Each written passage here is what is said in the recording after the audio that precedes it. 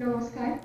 প্ৰতি মাননীয় প্ৰধানমন্ত্ৰী মহোদয়, সকলো অসমবাসী ৰাইজৰ ফালৰ পৰা মই অভিনন্দন জ্ঞাপন কৰিলোঁ। माननीय प्रधानमंत्री महोदय, मैं कृष्टि सैकिया केंद्र विद्यालय IIT गुवाहाटी की 10वीं कक्षा की छात्रा हूँ और समस्त असमवासियों की ओर से आपको प्रणाम।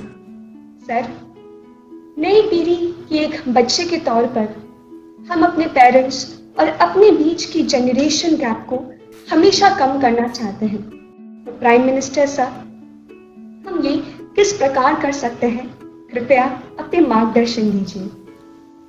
क्या नाम बताया बेटा? Sir, Christy Saikia. इतनी बढ़िया हिंदी कैसे बोल लेती हो? धन्यवाद सर। चलिए, आपका सवाल तो बहुत अच्छा है। एक विद्यार्थी के रूप में आपने जो सवाल पूछा है उसके लिए मैं आपकी बहुत सराहना करता हूँ। ये बताता है कि आप उस मुद्दे को लेकर कितने संवेदनशील हैं।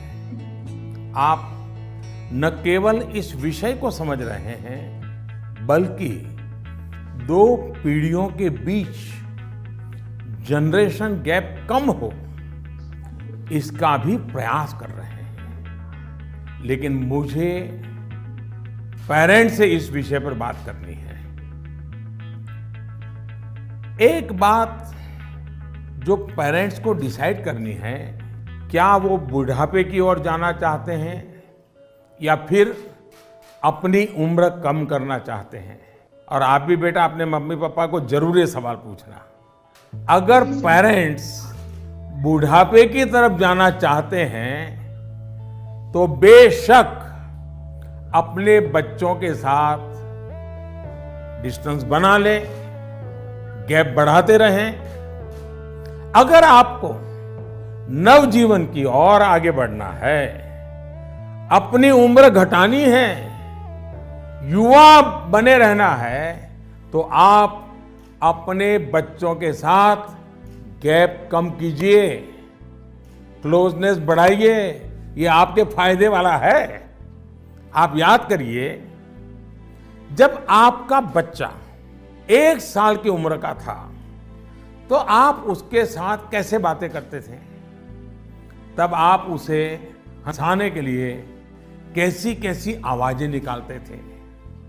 आप अपने चेहरे के भांति भांति के एक्सप्रेशन बनाकर कैसे उससे बात करते थे। ऐसा करते हुए क्या कभी आपने सोचा कि कोई देखेगा तो क्या कहेगा? कभी आपने सोचा कि लोग आपको ऐसा करते हुए देखेंगे तो ये कहेंगे ये कैसे चेहरे बना रहा है, कैसी आवाज निकाल रहा है? क्या कभी उस समय आपने ये सोचा कि आपके बच्चे के मन में क्या चल रहा होगा? आपको उस समय आनंद आया, इसलिए आपने ये किया। आपने किसी की परवाह नहीं की। यानी आप सब कुछ छोड़कर खुद एक बच्चे बन गए। बच्चे से खेलने के लिए आप खुद खिलौना बन गए और बच्चे के खिलौनों से भी उतना ही चाव से खेले। आप याद करिए, कभी आप घोड़ा बने होंगे, कभी बच्चे को पीठ पर बिठाकर चले होंगे, कभी कंधे पर बिठाकर घर भर घूमे होंगे, कभी 4 पैर करके चले होंगे। बच्चा रोया होगा तो उसे चुप कराने के लिए आप भी झूठ मूठ कर रोए होंगे। तब आपको कोई फर्क नहीं पड़ता था कि देखने वाला क्या कहेगा, घर के बाकी लोग क्या कहेंगे, समाज क्या कहेगा, दोस्त क्या कहेगा। कुछ नहीं सोचा। क्या कभी सोचा था?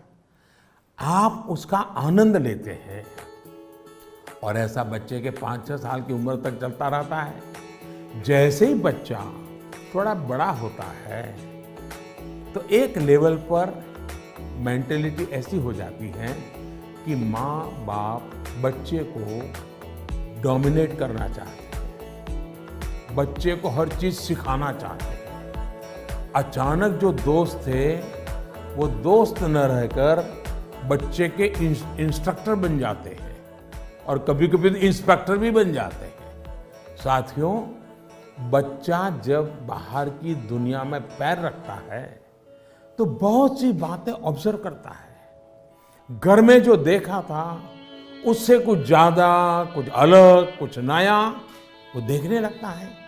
उस समय आपकी ये जागरूक जिम्मेदारी है कि उस नए वातावरण में आपका बच्चा और अधिक फले फूले।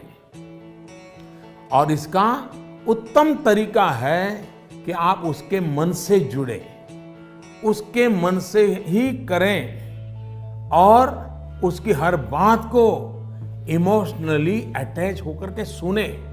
ऐसे नहीं फोन कर रहे हैं और वो बोल रहा है, ऐसा नहीं होना चाहिए। बिल्कुल उसके साथ जुड़िए।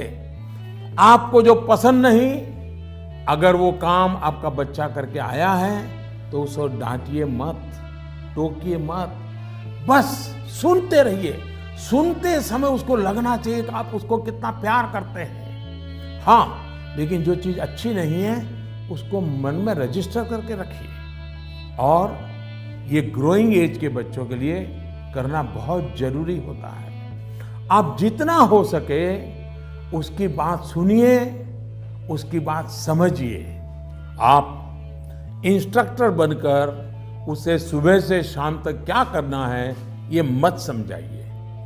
बार बार ये मत पूछिए कि मैंने ये कहा था, क्या क्या किया। बस अपनी आंखें खुली रखिए, कान खुले रखिए, उस पर ध्यान रखिए।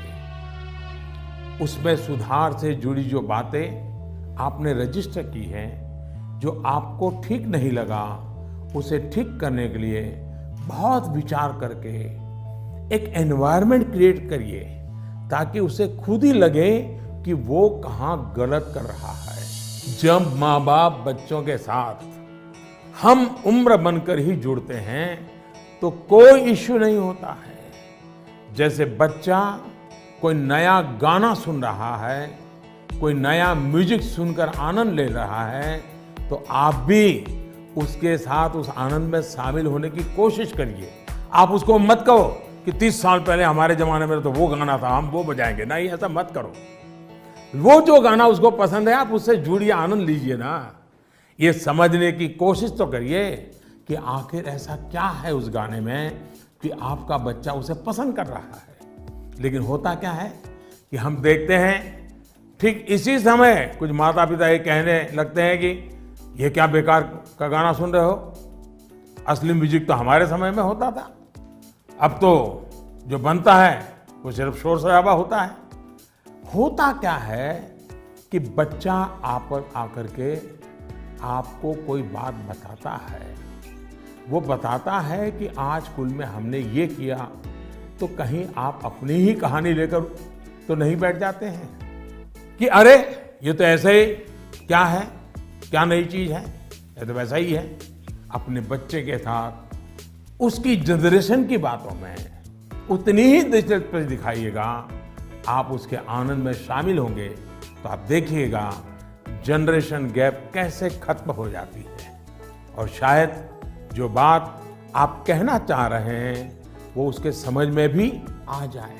और इसलिए जनरेशन गैप को कम करने के लिए बच्चों और बड़ों को एक दूसरे को समझना होगा, खुले मन से गपशप करनी होगी, खुलकर बातें करनी होगी, समझना होगा, सुनना होगा और फिर आपको बदलने की तैयारी भी रखनी होगी। चलिए, असम से इतना बढ़िया सवाल मुझे मिला, जरा मैं लंबा ही जवाब दे गया, लेकिन मुझे अच्छा लगा। बहुत बहुत धन्यवाद बेटा।